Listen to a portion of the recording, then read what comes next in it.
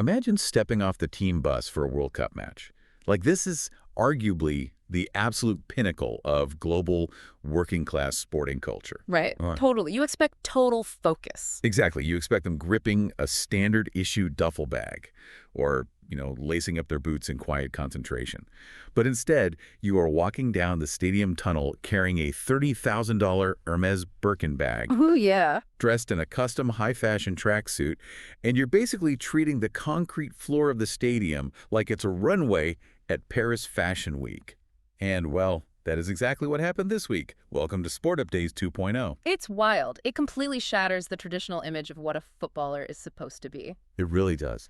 Because, for decades, the narrative of the World Cup was strictly confined to those 90 minutes on the pitch. The tactics, the goals, the heartbreak, that was it. But this 2026 World Cup, hosted across the U.S., Canada, and Mexico, has basically taken that neat little 90-minute script and just thrown it entirely out the window. Oh, completely out the window. Right. So we are in the middle of this sprawling, completely decentralized cultural collision. And for this deep dive, we've gathered a massive stack of sources for you. We are looking at everything from high-fashion magazines to geopolitical border reports, and even just chaotic streamer clips. Which is necessary, honestly. It is, because if you, the listener, are only checking the scores or just watching the matches, you are missing the actual reality of this tournament. We're talking viral moments, behind-the-scenes gossip, all of it. Yeah, the football itself almost feels secondary right now to the sheer volume of cultural friction and viral content being generated around it. Yeah. Because when you host a mega event across 3 vast nations, you just don't get one cohesive atmosphere. You get millions of these hyper-local, totally unpredictable interactions. Which is exactly where I want to start. Let's look at the organic, completely unscripted fan culture that is just, bubbling up outside the stadium. That's level stuff. Yes.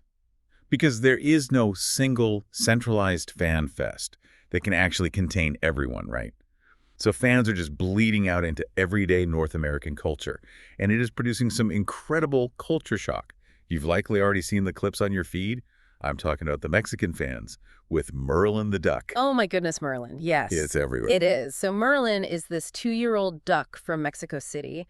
And his owners dress him up in a miniature team jersey and these tiny custom-made shoes. The shoes. I can't get over the tiny shoes. Right. And he's just waddling through these massive post-match celebrations. And it escalated so quickly. This duck actually had a photo op with the president of Mexico, Claudia Sheinbaum. A duck meeting the president. Yeah. Only at the World Cup. I know. But what fascinates me isn't just the duck itself, honestly. It's how rapidly this bizarre micro-trend became a global meme format. Yes, the spin-offs. Exactly.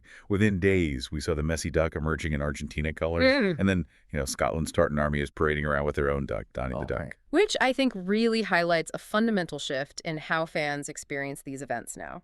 How so? Well, historically, national pride at a World Cup was expressed through coordinated stadium chants or flag waving, very traditional stuff. Now it's expressed through the rapid adoption and remixing of internet memes. Ah, I see. Yeah, fans are basically operating as active content creators. They recognize that an absurd visual like a duck in tiny shoes cuts through the social media algorithm way faster than, a traditional fan interview on the local news. Speaking of cutting through the noise, we have to talk about the tartan army. The Scottish fan base has essentially colonized American baseball over the last 2 weeks. That whole situation is just incredible. If you haven't seen the footage, listener, basically 10,000 Scottish fans needed somewhere to drink and congregate in Miami. Because that's what you do. Right. So what do? They bought out massive sections of a Miami Marlins game. They showed up with actual bagpipes, totally confused the local baseball fans, and started adapting their football chants for the Marlins pitchers. Which fundamentally alters the economics of those local venues, by the way. Oh, for sure. Marlins pitcher Tyler Phillips publicly stated that he felt the energy vibrating in his chest from the duckout. He even joked that he'd personally pay their ticket fees if they came back for the next game. That's amazing. It really is. When you disperse an international fan base across a geographic footprint this large, they don't just stay in their hotels. They latch on to localized American institutions. It's the exact same thing with the Norway fans. Have you seen that? At the train station. Yes. They aren't just drinking in bars in Boston. There's a massive viral video of them riding up a 3-story escalator at South Station And they are all sitting on the steps, performing their thunderous Viking row chant in perfect unison as the escalator moves. I saw that. It's brilliant. Or the Japanese fans in Texas. There's an entire subgenre of TikTok right now Yeah. featuring Japanese football fans experiencing profound culture shock over Tex-Mex food. The free chips and salsa. Yes, the concept of bottomless free chips and salsa. They literally couldn't understand the business model. They thought it was a trick. Well, and that naturally crosses over into genuine cultural exchange. Definitely. Because, the Japanese fan base is globally respected for their post-match tradition of cleaning the stadium. It's rooted in this beautiful philosophy that a bird leaving a branch leaves no trace. Right. They always bring the blue trash bags. Exactly. But in Dallas, after their draw with the Netherlands, NFL quarterback Jameis Winston actually put on a Japan jersey, went down into the stands, and helped them sort their recycling. It was incredibly wholesome, just a great viral moment. But, it makes me wonder, is this entirely driven by the geography? What do you mean? Like, the U.S., Canada, and Mexico are so car-centric and sprawling compared to, say, Qatar or Germany or Russia. Are fans essentially forced to create their own entertainment because the infrastructure doesn't naturally funnel them into walking distance pubs and centralized squares? I mean, yes, that is the exact mechanism driving this. Yeah. Oh, absolutely. When you take the dense walking culture of European or South American football and drop it into a sprawling metropolis like Houston or Los Angeles, it just fragments. Makes sense. So fans end up at, a Waffle House at 1 a.m.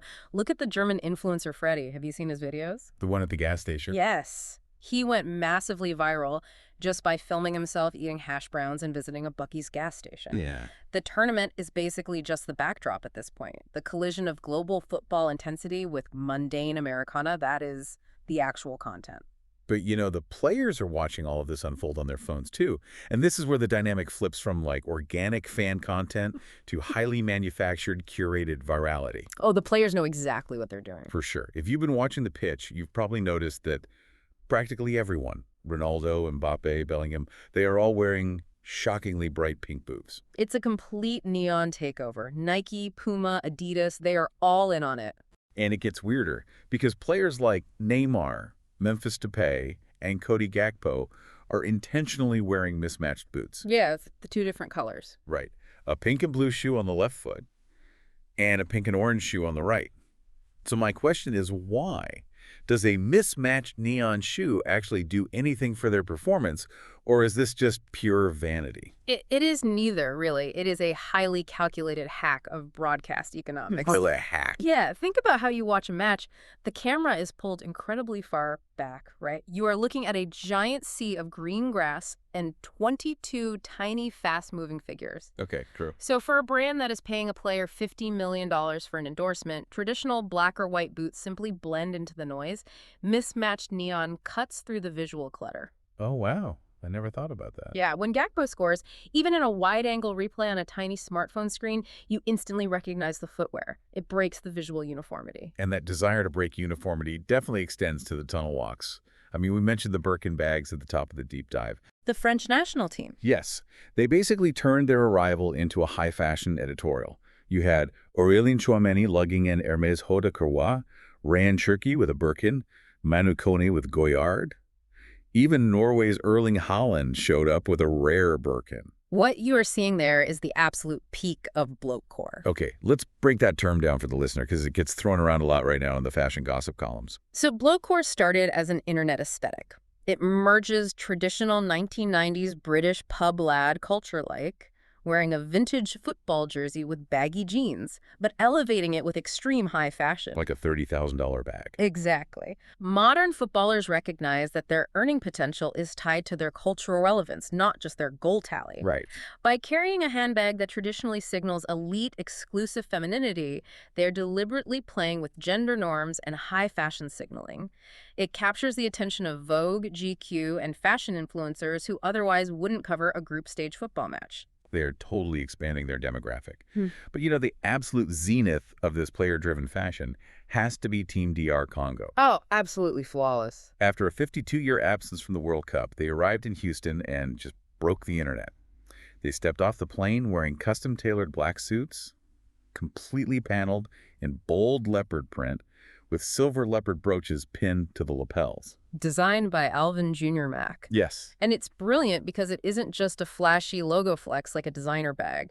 It has deep cultural weight. Yes, it's a nod to their team nickname, Le Leopard, but it's fundamentally a tribute to Congolese sapeur culture. The Society of Ambiance Makers and Elegant People. Exactly. It's a deeply rooted tradition in Kinshasa and Brazzaville, where working-class men dress in impeccably tailored, vibrant, avant-garde suits. Wow. It began as a post-colonial assertion of dignity and identity. So when the national team brings that specific sartorial tradition to the global stage in Texas, it's a profound statement of arrival. But let me push back on this a bit. We are so used to seeing NBA players treat the arena tunnel like a runway. We expect it there. But bringing this hyper-individualistic, luxury-obsessed fashion into global soccer, which is a sport historically rooted in intense working-class tribalism and team uniformity, doesn't this risk alienating the traditional fans? Are we just watching the complete NBA-ification of the sport? I mean, it does risk alienating purists, for sure. But from a purely economic standpoint, the governing bodies and the players simply do not care. Really, just don't care at all. Not really, because the growth of the sport isn't going to come from the legacy fan who already watches every weekend. They already have that guy. Right. The growth comes from the casual observer scrolling TikTok who stops to look at a bespoke leopard print suit or a Birkin bag. The traditional broadcast is no longer the main event. Which brings us perfectly to the absolute chaos happening in the broadcast booths and VIP suites. The VIP suites are wild this year. Because if the pitch is a runway, the stands are the VIP after party. You've got Leonardo DiCaprio looking deeply serious in a Los Angeles suite, Will Ferrell dancing on the Jumbotron, and K-pop idols Karina and Winter from aespa going completely viral as victory fairies for South Korea down in Mexico. The gravity of the event naturally pulls in global celebrities, but what's truly disrupting the media landscape is the presence of mega streamers. Right. Like, look at the streamer iShowSpeed. He is known entirely for chaotic, loud, over-the-top internet antics. Very loud. But he goes to a match and interacts with a Chinese-Portugal fan who is clearly nervous and struggling to communicate in English. And out of nowhere, Speed seamlessly switches to speaking Mandarin. That was amazing. It comforts the guy, hypes him up, and the clip instantly dominates the global internet. Millions of views in hours. It was this completely unscripted, wholesome moment of cultural agility from a guy known for barking at people. And you really have to contrast that digital agility with the struggles of the legacy broadcasters right now. Oh man, they're struggling. The traditional television networks seem to be losing their grip on how to cover an event that moves this fast on social media. The mask is definitely slipping. I mean, during the opening matches, the Brazilian referee, Wilton Sampaio, was tasked with using the new stadium PA system to explain a VAR decision to the crowd. A disaster. He was strapped into so many headsets and cameras he looked like a drone pilot. And the audio was so garbled and unintelligible that the internet immediately turned him into a meme of a malfunctioning cyborg. Right, so the technology intended to create transparency actually just provided raw material for internet mockery. And then there's the Fox Sports Desk. Pundit Alexei Lalas is live on national television, trying to make a point, and casually refers to the British late-night host James Corden as a, and pardon my language here, a full-kit wanker. Which is a catastrophic cultural translation error to make on live TV. It really is. For anyone listening who hasn't spent time in a British pub, that is a universally mocking, genuinely offensive term for a grown adult who shows up to the stadium wearing the team's jersey, matching shorts, and high socks, as if they're ready to be subbed into the game in minute 80. Yeah, you do not say that on broadcast television. No. And the look of absolute soul-leaving-the-body shock on his co-host Thierry Henry's face was incredible. But, you know, this just highlights the fractured reality of modern media consumption. Broadcasters spend millions designing pristine sets and hiring expert analysts to break down a 4-4-2 formation. Right. But modern audiences are watching with their phones in their hands. That 10-second clip of Thierry Henry's sharked face, or the referee sounding like a robot, possesses significantly more cultural stickiness than any post-match tactical analysis. Broadcasters are no longer the authorities. They are merely providing the raw footage for the internet to remix into actual entertainment. That is such a good point. But the internet doesn't just amplify the funny, wholesome stuff. The friction of the tournament is being broadcast just as loudly. And looking at our sources detailing the logistics and politics of this event, It is getting genuinely ugly behind the scenes. It is. When you scale a tournament to this massive footprint, the logistical friction inevitably collides with real-world borders and economics. Let's start with the economics, just keeping strictly to what the reports are saying. There is a fierce backlash against FIFA right now over dynamic ticket pricing. The algorithm is pushing tickets for the final at MetLife Stadium up to $11,000. Which is just staggering. It is. And what's infuriating the fans is that on the TV broadcast, there are highly visible blocks of empty seats closer to the pitch. FIFA tried to spin this, releasing a statement claiming the seats weren't empty, but rather that corporate fans were, quote, standing in the concourses. Which really points directly to the corporate gentrification of the stadium. It prices out the die-hard, atmosphere-creating fans and replaces them with corporate clients who treat the match as a networking event. Yeah. But the friction extends far beyond just ticket prices. The border realities of these host nations are severely impacting the integrity of the tournament. The security protocols have drawn massive outrage online. We have reports of players from the Senegal and Uzbekistan national teams being subjected to intensive drug dog searches the moment they stepped off their planes. Yeah, the images of that hit the internet immediately. And fans and journalists were describing the treatment of these elite athletes as, quote, like criminals. It's a really intense situation. It shatters the illusion of a frictionless, unified global event. A sports governing body cannot supersede a host nation's border security apparatus. It just doesn't work that way. And that apparatus is locking fans out entirely. According to the reporting, the reinstatement of specific U.S. travel bans has prevented ordinary supporters from Haiti, Ivory Coast, and Senegal from even entering the country. Furthermore, there was the revelation of a controversial visa bond program. Initially, it required fans from certain African nations to put down a $15,000 deposit just to secure a visitor visa. When you enforce financial barriers that extreme, you are fundamentally dictating who's allowed to participate in global culture. And we haven't even touched the direct geopolitical spillover.